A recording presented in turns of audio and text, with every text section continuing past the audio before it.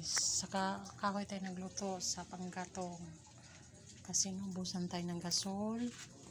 So dito tayo nagluto. Ayan yung isda ko. Ayan, malalaki yung hiwa guys. So, tingnan mo. See? Malalaki yan guys.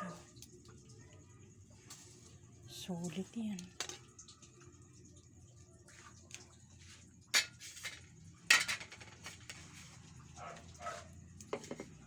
Lagay na natin itong tanglad. Ay, tanglad. Luya pala itong nilagay ko. Luya. Kamatis.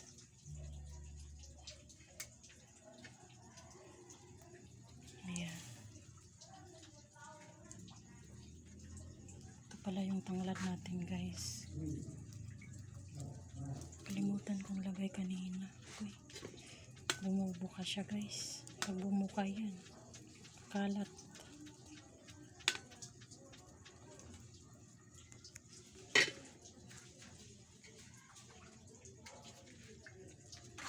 Sibuyas natin.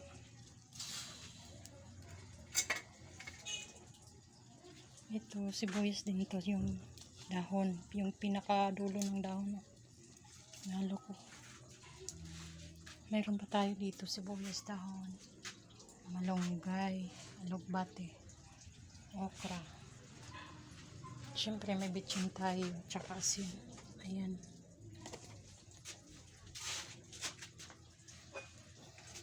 Takan muna natin.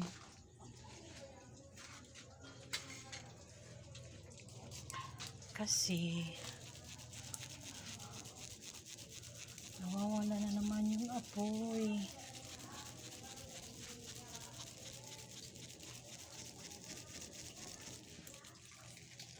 Temperature is too high. Nagre-reklamo na yung cellphone ko.